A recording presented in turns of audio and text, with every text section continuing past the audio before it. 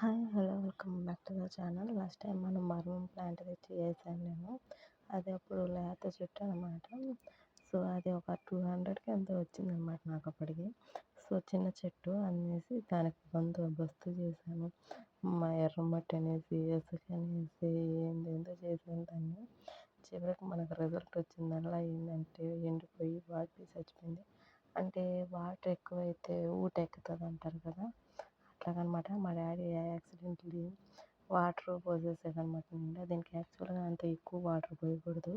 So అందుకని అప్పుడు చచ్చిపోయింది. అందుకని మళ్ళీ ఈసారి ఇంకో ప్లాంట్ తెచ్చాను. ఈసారి పెద్ద చెట్టు, కొంచెం ముదురు చెట్టు. ఎందుకంటే ముదురు చెట్టు అన్నా అంటే ఆల్రెడీ పూతేసేస్తుంది, అంటే అది డెఫినెట్గా ముదురు చెట్టు అయి ఉంటుంది అనమాట. సో ఆ విధంగా చేసాను. ఈసారి పూలు చిన్న చిన్న పూల కుండీలో కాకుండా ఈసారి చిన్న బకెట్ ఉందన్నమాట మా ఇంట్లో. ఆ బకెట్లో అన్నీ మిక్స్ చేసేసాం. మామూలు నార్మల్ మట్టి, రెడ్ సాయిల్ వేసేసి మిక్స్ చేసేసి కొంచెం ఇసుక కూడా మిక్స్ చేసేసి ఆ ప్లాంట్ వేసేసాను.